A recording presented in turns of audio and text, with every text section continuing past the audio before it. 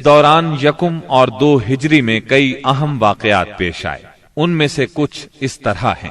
اسی دوران میں قبلے کی تبدیلی کا حکم آیا۔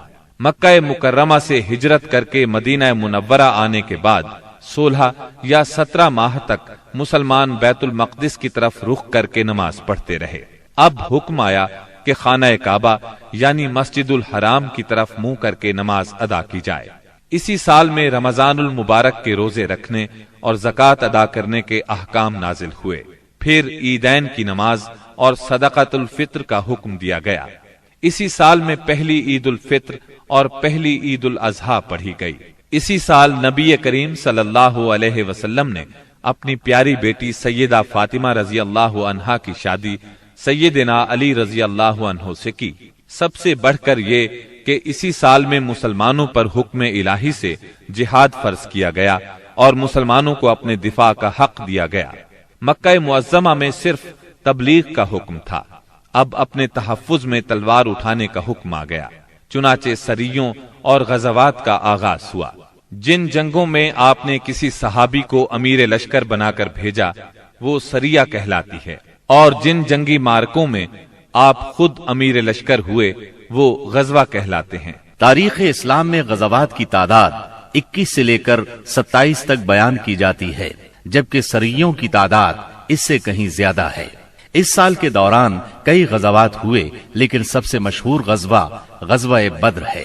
نبی کریم صلی اللہ علیہ وسلم جب ہجرت کر کے مدینہ منورہ پہنچے تو ان دنوں مدینے میں ایک نہایت دولت مند اور با اثر شخص عبداللہ بن ابی تھا۔ ہجرت سے پہلے انصار میں اس کا بہت اثر و رسوخ تھا۔ انصار اسے اپنا سردار بنانے والے تھے، بلکہ اس کی تاج پوشی کے لیے ایک تاج بنوا لیا گیا تھا۔ اسی دوران میں آپ صلی اللہ علیہ وسلم ہجرت کر کے مدینہ پہنچے اور انصار کے دونوں قبائل نے آپ کے ہاتھ پر بیعت کر لی، اور میثاق مدینہ کے ذریعے سے یہودیوں نے بھی آپ کی قیادت کو تسلیم کر لیا۔ اس سے عبداللہ بن ابی کی سرداری کے منصوبے دھرے کے دھرے رہ گئے۔ اس بنا پر اس نے آپ کی مخالفت پر کمر باندھ لی۔ ادھر مشرکین مکہ جو اسلام، مسلمانوں اور رسول اللہ صلی اللہ علیہ وسلم کی دشمنی میں جل بھن رہے تھے، انہوں نے عبداللہ بن ابی کو ایک دھمکی آمیز خط تحریر کیا۔ اس خط میں انہوں نے 2 ٹوک الفاظ میں لکھا: آپ لوگوں نے ہمارے صاحب کو پناہ دے رکھی ہے، اس لیے ہم اللہ کی قسم کھا کر کہتے ہیں یا تو آپ لوگ اس سے لڑائی کریں یا اسے نکال دیں، یا پھر ہم اپنی پوری جمعیت کے ساتھ آپ لوگوں پر چڑھائی کر کے آپ کے سارے جنگجوؤں کو قتل کر دیں گے اور آپ کی عورتوں کی حرمت پامال کر دیں گے۔ جب یہ خط عبداللہ بن ابی اور اس کے ساتھیوں کو ملا تو وہ رسول اللہ صلی اللہ علیہ وسلم سے جنگ کے لیے تیار ہو گئے۔ نبی اکرم صلی اللہ علیہ وسلم کو اس کی خبر ہوئی تو آپ ان کے پاس تشریف لے گئے اور فرمایا: قریش کی دھمکی تم لوگوں پر بہت گہرا اثر کر گئی ہے۔ تم خود اپنے آپ کو جتنا نقصان پہنچا دینا چاہتے ہو، قریش تمہیں اس سے زیادہ نقصان نہیں پہنچا سکتے۔ تم اپنے بیٹوں اور بھائیوں سے خود ہی لڑنا چاہتے ہو۔ نبی اکرم صلی اللہ علیہ وسلم کی یہ بات سن کر لوگ بکھر گئے۔ اس وقت تو عبداللہ بن ابی جنگ کے ارادے سے باز آ گیا، کیونکہ اس کے ساتھی ڈھیلے پڑ گئے تھے یا بات ان کی سمجھ میں آ گئی تھی، لیکن حقیقت میں قریش کے ساتھ اس کے تعلقات خفیہ طور پر قائم رہے، کیونکہ مسلمانوں اور مشرکین کے درمیان شر اور فساد کا کوئی موقع وہ ہاتھ سے جانے نہیں دینا چاہتا تھا۔ پھر اس نے اپنے ساتھ یہود کو بھی ملا رکھا تھا تاکہ اس معاملے میں ان سے بھی مدد حاصل کرے، لیکن وہ تو نبی صلی اللہ علیہ وسلم کی حکمت تھی جو رہ رہ کر شر و فساد کی آگ کو بجھا دیتی تھی۔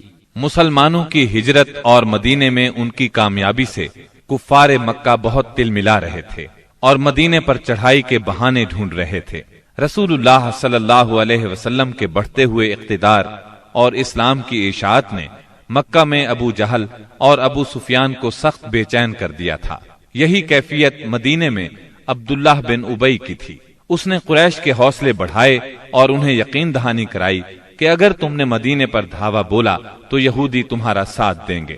مسلمان جب سے مدینہ آئے تھے خطرات بڑھتے جا رہے تھے اور ان کے سروں پر منڈلا رہے تھے۔ یہی وجہ تھی کہ مسلمانوں نے راتوں کو جاگ جاگ کر مدینے کا پہرا دیا۔ ادھر قریش نے مدینے کو تباہ و برباد کرنے کا ارادہ کر لیا۔ اس غرض کے لیے انہوں نے کئی قبائل کو اپنا ہم نوا بنا لیا۔ چنانچہ جب نبی صلی اللہ علیہ وسلم کو خبر ہوئی تو آپ نے دو تدابیر اختیار کی۔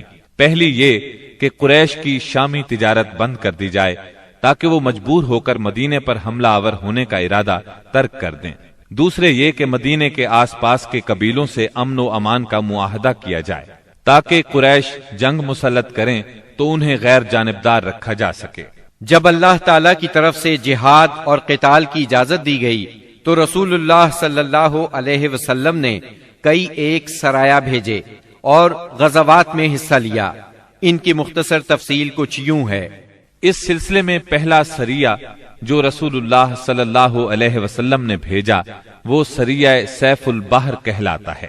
اسے آپ نے رمضان یکم ہجری بمطابق مارچ 623 عیسوی میں بھیجا اور اپنے چچا سیدنا حمزہ بن عبد المطلب رضی اللہ عنہ کو اس سریے کا امیر بنایا اور 30 مہاجرین کو ان کے زیر کمان شام سے آنے والے ایک قریشی قافلے کا پتہ لگانے کے لیے روانہ فرمایا۔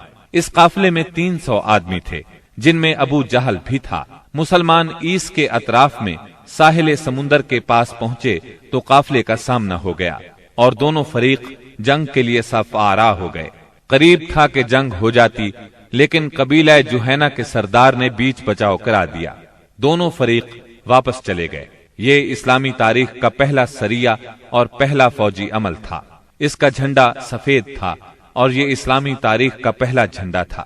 اس کے علم بردار سیدنا ابو مرصد کناز بن حسین غنوی رضی اللہ عنہ تھے۔ اس کے بعد پے در پے سریے روانہ کیے گئے۔ چنانچہ شوال یکم ہجری میں سیدنا عبیدہ بن حارث رضی اللہ عنہ کو 60 مہاجرین کے ساتھ بطن رابغ کی وادی میں بھیجا گیا۔ وہاں ابو سفیان سے سامنا ہوا جو 200 آدمیوں کے ساتھ تھا۔ دونوں طرف سے تیر چلے لیکن جنگ نہ ہوئی۔ پھر ذی قعد یکم ہجری میں سیدنا سعد بن ابی وقاص رضی اللہ عنہ کو 20 مہاجرین کے ساتھ خرار کی طرف بھیجا گیا جو کہ جوفا کے قریب ایک مقام ہے، لیکن ان کا کسی سے سامنا نہ ہوا۔ اس کے بعد سفر 2 ہجری میں 70 مہاجرین کے ساتھ رسول اللہ صلی اللہ علیہ وسلم خود نکلے اور ابوا یا ودان تشریف لے گئے۔ مہم کا مقصد قریش کے ایک قافلے کی راہ روکنا تھا، لیکن کسی سے سامنا نہ ہوا۔ یہ پہلی مہم تھی جس میں رسول اللہ صلی اللہ علیہ وسلم بذات خود نکلے۔ اس کے بعد ربیع الاول 2 ہجری میں رسول اللہ صلی اللہ علیہ وسلم 200 صحابہ کے ساتھ روانہ ہوئے۔ مقصود قریش کا قافلہ تھا جس میں امیہ بن خلف سمیت قریش کے 100 آدمی اور 2500 اونٹ تھے۔ آپ رضوہ کے اطراف میں مقام بوات تک تشریف لے گئے لیکن کسی سے سامنا نہ ہوا۔ اسی مہینے میں کرز بن جابر فہری نے مشرکین کی ایک مختصر سی فوج کے ساتھ مدینہ کی چراہ گاہ پر چھاپا مارا اور کچھ مویشی ہانک کر لے گیا۔ رسول اللہ صلی اللہ علیہ وسلم نے 70 صحابہ کے ہمراہ اس کا تعاقب کیا اور بدر کے اطراف میں واقع وادی صفوان تک تشریف لے گئے، لیکن کرز نکل بھاگا۔ اسی واقعے کو بعض لوگ غزوہ بدر اولا بھی کہتے ہیں۔ اس کے بعد آپ جمادی الاولا یا جمادی الاخری 2 ہجری میں 150 یا 200 مہاجرین کے ساتھ ذوالعشیرہ تک تشریف لے گئے۔ مقصود قریش کے ایک قافلے کو روکنا تھا جو ملک شام جا رہا تھا، لیکن آپ کے پہنچنے سے پہلے وہ جا چکا تھا۔ اس سفر میں آپ نے بنو مدلج اور ان کے حلیف بنو زمرہ سے جنگ نہ کرنے کا معاہدہ کیا۔ پھر رجب 2 ہجری میں نبی اکرم صلی اللہ علیہ وسلم نے سیدنا عبداللہ بن جہش اسدی رضی اللہ عنہ کو 12 مہاجرین کے ساتھ مکہ اور طائف کے درمیان ایک مقام نخلا کی طرف روانہ کیا۔ مقصد یہ تھا کہ وہ قریش کے ایک قافلے کی خبر لائیں، مگر ان لوگوں نے قافلے پر حملہ کر کے عمرو بن حضرمی کو قتل اور عبداللہ بن مغیرہ کے بیٹے عثمان اور مغیرہ کے غلام حکیم بن کیسان کو قید کر لیا اور قافلے کو ہانک لائے۔ ان کے ایسا کرنے پر آپ ان سے ناراض ہوئے، چنانچہ قیدیوں کو چھوڑ دیا گیا اور مقتول کا خون بہا ادا کیا گیا۔ یہ واقعہ رجب کی آخری تاریخ کو پیش آیا تھا، اس لیے مشرکین نے شور مچایا کہ مسلمانوں نے حرام مہینے کی حرمت پامال کر ڈالی۔ اس پر سورہ بقرہ کی آیت 217 نازل ہوئی۔ لوگ آپ سے حرام مہینے میں لڑائی کے بارے میں پوچھتے ہیں، آپ کہہ دیجئے اس میں جنگ کرنا بڑا گناہ ہے، اور اللہ کی راہ سے روکنا اور اس کے ساتھ کفر کرنا، مسجد حرام سے روکنا اور اس کے باشندوں کو وہاں سے نکالنا، یہ سب اللہ کے نزدیک اور زیادہ بڑا جرم ہے اور فتنہ قتل سے بڑھ کر ہے۔ یہ تھی جنگی نقل و حرکت جو مدینہ منورہ اور اس کے اطراف کے امن کی حفاظت کے لیے نبی صلی اللہ علیہ وسلم اور مسلمانوں نے قائم کر رکھی تھی۔ اس سے قریش کو یہ بتلانا بھی مقصود تھا کہ اگر وہ اپنے شر سے باز نہ آئے تو انجام برا ہوگا، لیکن وہ اپنی خودسری اور تکبر میں بڑھتے ہی چلے گئے۔ چنانچہ بدر کے میدان میں انہوں نے اس کی سزا پا لی اور جزا بہرحال گھاٹے ہی کی تھی۔ 17 رمضان 2 ہجری کو غزوہ بدر ہوا۔ یہ قریش اور مسلمانوں کے درمیان پہلا فیصلہ کن معرکہ تھا۔ اس کا سبب یہ ہوا کہ رسول اللہ صلی اللہ علیہ وسلم جس قافلے کے لیے ذوالعشیرہ تک تشریف لے گئے تھے اور وہ بچ کر شام چلا گیا تھا، آپ صلی اللہ علیہ وسلم اس کی طاق میں تھے اور اس کی خبر لانے کے لیے آپ نے شام کے مقام ہورا تک طلحہ بن عبید اللہ اور سعید بن زید رضی اللہ عنہما کو بھیجا۔ چنانچہ جیسے ہی یہ قافلہ وہاں سے گزرا، انہوں نے فوراً مدینہ منورہ خبر پہنچائی۔ اس قافلے میں اہل مکہ کی بڑی دولت تھی، یعنی 1000 اونٹ جن پر کم از کم 262 کلو سونے کی مالیت کا سامان تھا، اور اس کی حفاظت کے لیے صرف 40 آدمی تھے۔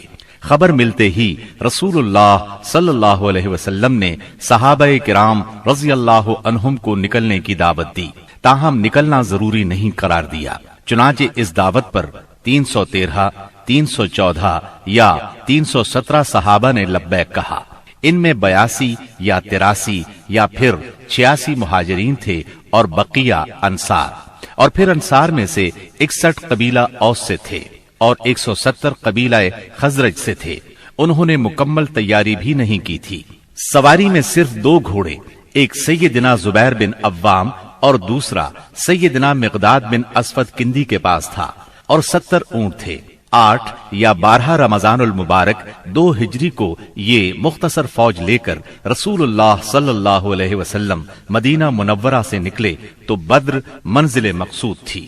یہ مدینہ منورہ کے جنوب مغرب میں 155 کلومیٹر کے فاصلے پر واقع ہے۔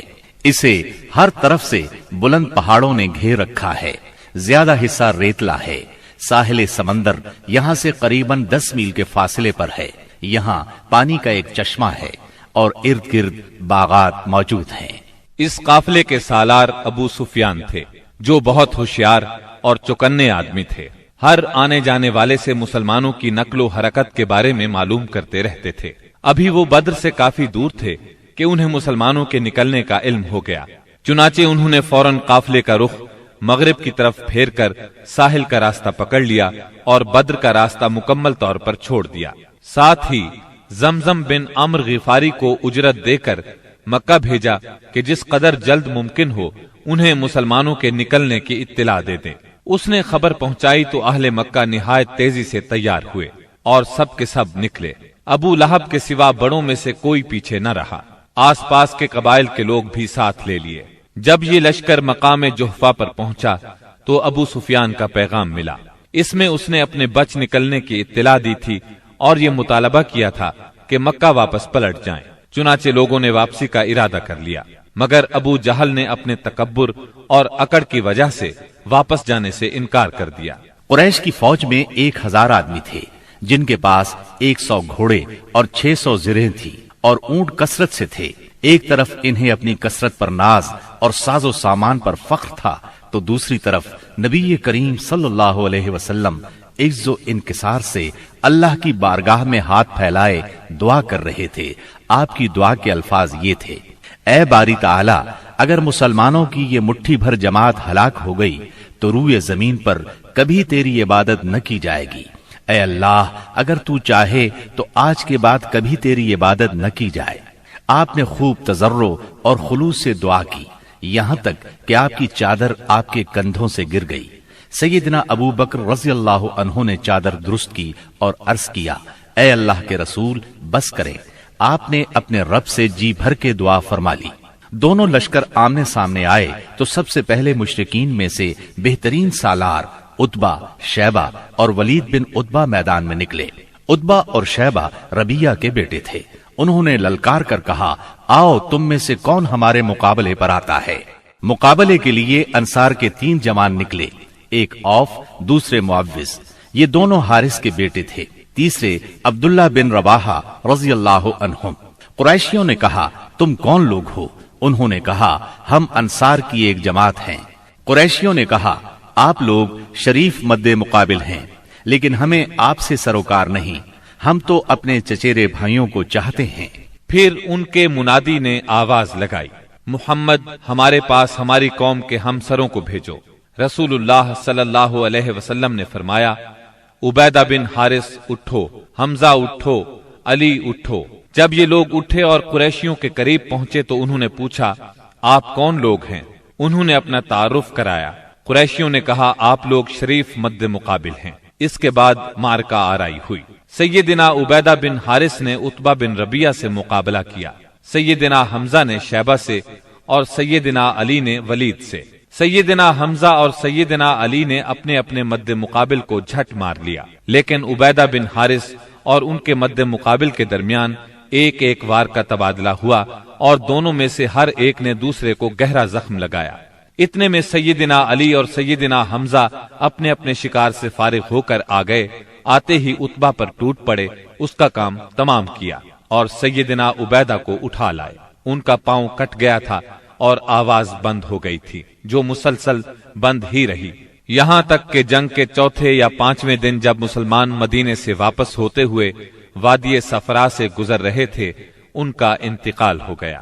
مبارزت کا نتیجہ مشرکین کے لیے برا ثابت ہوا، چنانچہ وہ غصے سے بے قابو ہو کر مسلمانوں کی صفوں میں تندی کے ساتھ ٹوٹ پڑے، گھمسان کا رن پڑا اور کشتوں کے پشتے لگ گئے۔ اس سے مشرکین کی صفوں میں اضطراب کی لہر دوڑ گئی۔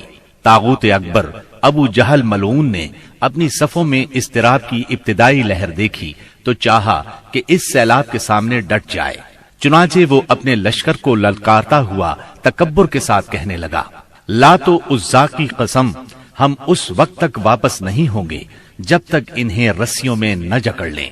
دیکھو تمہارا کوئی آدمی ان کے کسی آدمی کو قتل نہ کرے، بلکہ انہیں پکڑو اور گرفتار کرو تاکہ ہم ان کو اس حرکت کا مزہ چکھائیں۔ لیکن اسے اس غرور کی حقیقت کا بہت جلد پتہ لگ گیا، کیونکہ چند ہی لمحے بعد مسلمانوں کے حملے کی تندی کے سامنے مشرکین کی صفیں پھٹنا شروع ہو گئیں۔ البتہ ابو جہل اب بھی اپنے گرد مشرکین کا ایک غول لیے جمع ہوا تھا۔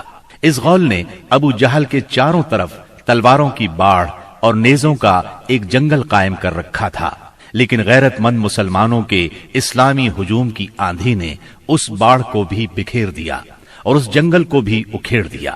اس کے بعد یہ طاغوت اکبر دکھائی پڑا۔ مسلمانوں نے دیکھا کہ وہ ایک گھوڑے پر چکر کاٹ رہا ہے، ادھر اس کی موت 2 انصاری جوانوں کے ہاتھوں اس کا خون چوسنے کی منتظر تھی۔ طاغوت اکبر ابو جہل کے قتل کا عبرتناک واقعہ بیان کرتے ہوئے عبد الرحمن بن عوف رضی اللہ عنہ فرماتے ہیں کہ میں جنگ بدر کے روز صف کے اندر تھا کہ اچانک مڑا تو کیا دیکھتا ہوں کہ دائیں بائیں 2 نوعمر جوان ہیں۔ گویا ان کی موجودگی سے میں حیران ہو گیا کہ اتنے میں ایک نے اپنے ساتھی سے چھپا کر مجھ سے کہا، چچا جان مجھے ابو جہل کو دکھلا دیجیے۔ میں نے کہا، بھتیجے تم اسے کیا کرو گے؟ اس نے کہا، مجھے بتایا گیا ہے کہ وہ رسول اللہ صلی اللہ علیہ وسلم کو گالی دیتا ہے۔ اس ذات کی قسم جس کے ہاتھ میں میری جان ہے، اگر میں نے اس کو دیکھ لیا تو میرا وجود اس کے وجود سے الگ نہ ہوگا، یہاں تک کہ ہم میں سے جس کی موت پہلے لکھی ہے وہ مر جائے۔ وہ کہتے ہیں مجھے اس پر تعجب ہوا۔ اتنے میں دوسرے نوعمر نوجوان نے مجھے اشارے سے متوجہ کر کے یہی بات کہی۔ ان کا بیان ہے کہ میں نے چند ہی لمحوں بعد دیکھا کہ ابو جہل لوگوں کے درمیان چکر کاٹ رہا ہے۔ میں نے کہا، ارے دیکھتے نہیں، یہ رہا تم دونوں کا شکار جس کے بارے میں تم مجھ سے پوچھ رہے تھے۔ فرماتے ہیں کہ یہ سنتے ہی وہ دونوں شاہین اپنی تلواریں لیے جھپٹ پڑے اور اسے مار کر قتل کر دیا۔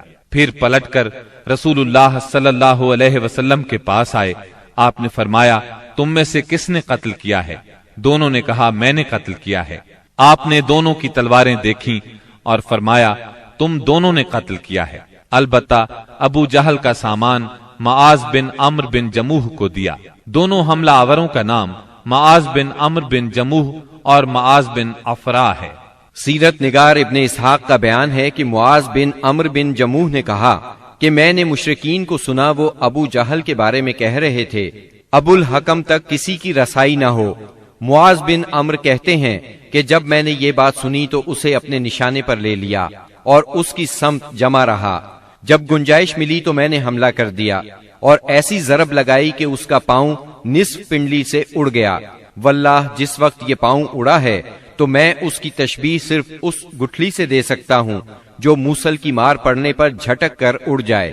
کہتے ہیں کہ ادھر میں نے ابو جہل کو مارا اور ادھر اس کے بیٹے اکرما نے میرے کندھے پر تلوار چلائی، جس سے میرا ہاتھ کٹ کر میرے بازو کے چمڑے سے لٹک گیا اور لڑائی میں مخل ہونے لگا۔ میں اسے اپنے ساتھ گھسیٹتے ہوئے سارا دن لڑا، لیکن جب وہ مجھے اذیت پہنچانے لگا تو میں نے اس پر اپنا پاؤں رکھا اور اسے زور سے کھینچ کر الگ کر دیا۔ اس کے بعد ابو جہل کے پاس معوذ بن افرا پہنچے، وہ زخمی تھا۔ انہوں نے اسے ایسی ضرب لگائی کہ وہ وہیں ڈھیر ہو گیا، صرف سانس آتی جاتی رہی۔ اس کے بعد معوذ بن افرا خود بھی لڑتے ہوئے شہید ہو گئے۔ جب معرکہ ختم ہو گیا تو رسول اللہ صلی اللہ علیہ وسلم نے فرمایا کون ہے جو دیکھے کہ ابو جہل کا انجام کیا ہوا؟ اس پر صحابہ کرام اس کی تلاش میں بکھر گئے۔ عبداللہ بن مسعود رضی اللہ عنہ نے اسے اس حالت میں پایا کہ ابھی سانس آ جا رہی تھی۔ انہوں نے اس کی گردن پر پاؤں رکھا اور سر کاٹنے کے لیے داڑھی پکڑی اور فرمایا او اللہ کے دشمن، آخر اللہ نے تجھے رسوا کیا نا؟ اس نے کہا مجھے کاہے کو رسوا کیا؟ کیا جس شخص کو تم لوگوں نے قتل کیا ہے اس سے بھی بلند پایا کوئی آدمی ہے؟ یا جس کو تم لوگوں نے قتل کیا اس سے بھی کوئی اوپر آدمی ہے؟ پھر بولا کاش مجھے کسانوں کی بجائے کسی اور نے قتل کیا ہوتا۔ اس کے بعد کہنے لگا مجھے بتاؤ فتح کس کی ہوئی؟ عبداللہ بن مسعود رضی اللہ عنہ نے فرمایا اللہ اور اس کے رسول صلی اللہ علیہ وسلم کی۔ اس کے بعد عبداللہ بن مسعود رضی اللہ عنہ سے جو اس کی گردن پر پاؤں رکھ چکے تھے کہنے لگا او بکری کے چرواہے، تو بڑی اونچی اور مشکل جگہ پر چڑھ گیا۔ واضح رہے کہ عبداللہ بن مسعود رضی اللہ عنہ مکے میں بکریاں چرایا کرتے تھے۔ اس گفتگو کے بعد عبداللہ بن مسعود رضی اللہ عنہ نے اس کا سر کاٹ لیا اور رسول اللہ صلی اللہ علیہ وسلم کی خدمت میں لا کر حاضر کرتے ہوئے عرض کیا یا رسول اللہ صلی اللہ علیہ وسلم، یہ رہا اللہ کے دشمن ابو جہل کا سر۔ آپ نے 3 بار فرمایا واقعی اس اللہ کی قسم جس کے سوا کوئی معبود نہیں۔ اس کے بعد فرمایا اللہ اکبر، الحمد للہ الذی صدق وعدہ ونصر عبدہ وہزم الاحزاب وحدہ۔ اللہ اکبر، تمام حمد اللہ کے لیے ہے جس نے اپنا وعدہ سچ کر دکھایا، اپنے بندے کی مدد فرمائی اور تنہا سارے گروہوں کو شکست دی۔ پھر فرمایا چلو مجھے اس کی لاش دکھاؤ۔ جب آپ صلی اللہ علیہ وسلم کو لاش دکھائی گئی تو آپ نے فرمایا یہ اس امت کا فرعون ہے۔ معاذ بن عمرو اور معوذ بن افرا کے ایمان افروز کارناموں کا ذکر ہو چکا ہے۔ حقیقت یہ ہے کہ اس معرکے میں قدم قدم پر ایمان کے ایسے تابناک نقوش پیش آئے جن میں عقیدت کی قوت اور اصول کی پختگی نمایاں اور جلوگر تھی۔ اس معرکے میں باپ اور بیٹے میں، بھائی اور بھائی میں صف آرائی ہوئی، اصولوں کے اختلاف پر تلواریں بے نیام ہوئیں اور مظلوم و مقہور نے ظالم و قاہر سے ٹکرا کر اپنے غصے کی آگ بجھائی۔ ابن عباس رضی اللہ عنہ سے روایت ہے کہ نبی صلی اللہ علیہ وسلم نے صحابہ کرام سے فرمایا مجھے معلوم ہے کہ بنو ہاشم وغیرہ کے کچھ لوگ زبردستی میدان جنگ میں لائے گئے ہیں، انہیں ہماری جنگ سے کوئی سروکار نہیں ہے، لہٰذا بنو ہاشم کا کوئی آدمی کسی کی زد میں آ جائے تو وہ قتل نہ کرے، اور ابو البختری بن ہشام کسی کی زد میں آ جائے تو وہ اسے قتل نہ کرے، اور عباس بن عبد المطلب کسی کی زد میں آ جائے تو وہ بھی انہیں قتل نہ کرے، کیونکہ وہ بالجبر لائے گئے ہیں۔ اس پر عتبہ کے صاحبزادے ابو حذیفہ رضی اللہ عنہ نے کہا، کیا ہم اپنے باپ بیٹوں، بھائیوں اور کنبے قبیلے کے لوگوں کو قتل کریں گے اور عباس کو چھوڑ دیں گے؟ اللہ کی قسم، اگر اس سے میری مٹ بھیڑ ہو گئی تو میں اسے تلوار کی لگام پہنا دوں گا۔ یہ خبر رسول اللہ صلی اللہ علیہ وسلم کو پہنچی تو آپ نے عمر بن خطاب رضی اللہ عنہ سے فرمایا، کیا رسول اللہ صلی اللہ علیہ وسلم کے چچا کے چہرے پر تلوار ماری جائے گی؟ عمر رضی اللہ عنہ نے کہا، یا رسول اللہ، مجھے چھوڑیے، میں تلوار سے اس شخص کی گردن اڑا دوں، کیونکہ اللہ کی قسم یہ شخص منافق ہو گیا ہے۔ بعد میں ابو حذیفہ رضی اللہ عنہ کہا کرتے تھے، اس دن میں نے جو بات کہہ دی تھی اس کی وجہ سے مجھے برابر خوف لگا رہتا ہے، صرف یہی صورت ہے کہ میری شہادت اس کا کفارہ بن جائے، اور بالآخر وہ یمامہ کی جنگ میں شہید ہو ہی گئے۔ ابو البختری کو قتل کرنے سے اس لیے منع کیا گیا تھا کہ مکے میں یہ شخص سب سے زیادہ رسول اللہ صلی اللہ علیہ وسلم کی ایذا رسانی سے اپنا ہاتھ روکے ہوئے تھا، آپ کو کسی قسم کی تکلیف نہ پہنچاتا تھا اور نہ اس کی طرف سے کوئی ناگوار بات سننے میں آتی تھی، اور یہ ان لوگوں میں سے تھا جنہوں نے بنی ہاشم اور بنی مطلب کے بائیکاٹ کا صحیفہ چاک کیا تھا۔ لیکن ان سب کے باوجود ابو البختری کو قتل کر دیا گیا۔ ہوا یہ کہ مجزر بن زیاد سے اس کی مد بھیڑ ہو گئی، اس کے ساتھ اس کا ایک اور ساتھی بھی تھا، دونوں ساتھ ساتھ لڑ رہے تھے۔ مجزر نے کہا، ابو البختری، رسول اللہ صلی اللہ علیہ وسلم نے ہمیں آپ کو قتل کرنے سے منع کیا ہے۔ اس نے کہا، اور میرا ساتھی؟ مجزر نے کہا، نہیں واللہ ہم آپ کے ساتھی کو نہیں چھوڑ سکتے۔ اس نے کہا، اللہ کی قسم، تب میں اور وہ دونوں مریں گے۔ اس کے بعد دونوں نے لڑائی شروع کر دی، مجزر نے مجبوراً اسے بھی قتل کر دیا۔ مکے کے اندر جاہلیت کے زمانے سے عبد الرحمن بن عوف رضی اللہ عنہ اور امیہ بن خلف میں باہم دوستی تھی۔ جنگ بدر کے روز امیہ اپنے لڑکے علی کا ہاتھ پکڑے کھڑا تھا کہ اتنے میں ادھر سے عبد الرحمن بن عوف کا گزر ہوا۔ وہ دشمن سے کچھ زرہیں چھین کر لادے لیے جا رہے تھے۔ امیہ نے انہیں دیکھ کر کہا، کیا تمہیں میری ضرورت ہے؟ میں تمہاری ان زرہوں سے بہتر ہوں، آج جیسا منظر تو میں نے دیکھا ہی نہیں۔ کیا تمہیں دودھ کی حاجت نہیں؟ مطلب یہ تھا کہ جو مجھے قید کرے گا میں اسے فدیے میں خوب ددھیل اونٹنیاں دوں گا۔ یہ سن کر عبد الرحمن بن عوف رضی اللہ عنہ نے زرہیں پھینک دی اور دونوں کو گرفتار کر کے آگے بڑھے۔ عبد الرحمن بن عوف رضی اللہ عنہ کہتے ہیں کہ میں امیہ اور اس کے بیٹے کے درمیان چل رہا تھا کہ امیہ نے پوچھا، آپ لوگوں میں کون سا آدمی تھا جو اپنے سینے پر شتر مرغ کا پر لگائے ہوئے تھا؟ میں نے کہا، وہ حمزہ بن عبد المطلب رضی اللہ عنہ تھے۔ امیہ نے کہا، یہی شخص ہے جس نے ہمارے اندر تباہی مچا رکھی تھی۔ سیدنا عبد الرحمن رضی اللہ عنہ کہتے ہیں کہ واللہ میں ان دونوں کو لیے جا رہا تھا کہ اچانک بلال رضی اللہ عنہ نے امیہ کو میرے ساتھ دیکھ لیا تو انہوں نے کہا، او ہو کفار کا سرغنہ امیہ بن خلف، اب یا تو میں بچوں گا یا یہ بچے گا۔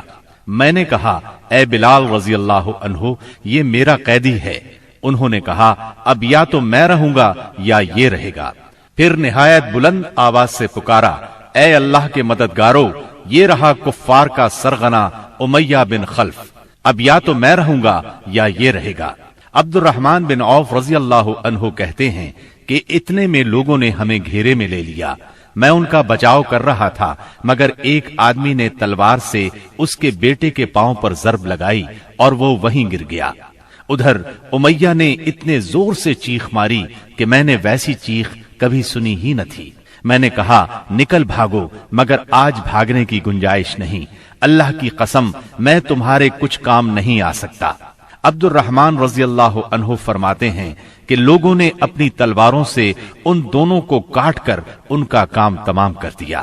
اس کے بعد عبد الرحمن بن عوف رضی اللہ عنہ کہا کرتے تھے، اللہ بلال رضی اللہ عنہ پر رحم کرے، میری زرہیں بھی گئیں اور میرے قیدی کے بارے میں مجھے تڑپا بھی دیا۔ سیدنا عمر بن خطاب رضی اللہ عنہ نے اپنے ماموں عاص بن ہشام بن مغیرہ کو قتل کیا۔ سیدنا ابو بکر صدیق رضی اللہ عنہ نے اپنے بیٹے عبد الرحمن کو، جو اس وقت مشرکین کے ہمراہ تھے، پکار کر کہا، او خبیث، میرا مال کہاں ہے؟ عبد الرحمن نے جواب میں ایک شعر کہا جس کا ترجمہ یوں ہے، ہتھیار، تیز رو گھوڑے اور اس تلوار کے سوا کچھ باقی نہیں جو بڑھاپے کی گمراہی کا خاتمہ کرتی ہے۔ جس وقت مسلمانوں نے مشرکین کی گرفتاری شروع کی، رسول اللہ صلی اللہ علیہ وسلم چھپر میں تشریف فرما تھے اور سعد بن معاذ رضی اللہ عنہ تلوار حمائل کیے دروازے پر پہرا دے رہے تھے۔ رسول اللہ صلی اللہ علیہ وسلم نے دیکھا کہ سعد رضی اللہ عنہ کے چہرے پر لوگوں کی اس حرکت کا ناگوار اثر پڑ رہا ہے۔ آپ نے فرمایا، اے سعد، ایسا محسوس ہوتا ہے کہ تم کو مسلمانوں کا یہ کام ناگوار ہے۔ انہوں نے کہا، جی ہاں، اللہ کی قسم، اے اللہ کے رسول، یہ اہل شرک کے ساتھ پہلا معرکہ ہے جس کا موقع اللہ نے ہمیں فراہم کیا ہے، اس لیے اہل شرک کو باقی چھوڑنے کی بجائے مجھے یہ بات زیادہ پسند ہے کہ انہیں خوب قتل کیا جائے اور اچھی طرح کچل دیا جائے۔ اس جنگ میں عکاشہ بن محصن اسدی رضی اللہ عنہ کی تلوار ٹوٹ گئی۔ وہ رسول اللہ صلی اللہ علیہ وسلم کی خدمت میں حاضر ہوئے۔ آپ نے انہیں ایک چھڑی تھما دی اور فرمایا، عکاشہ، اسی سے لڑائی کرو۔ عکاشہ نے اسے رسول اللہ صلی اللہ علیہ وسلم سے لے کر ہلایا تو وہ ایک لمبی، مضبوط اور چمچم کرتی ہوئی سفید تلوار میں تبدیل ہو گئی۔ پھر انہوں نے اسی سے لڑائی کی یہاں تک کہ اللہ نے مسلمانوں کو فتح نصیب فرمائی۔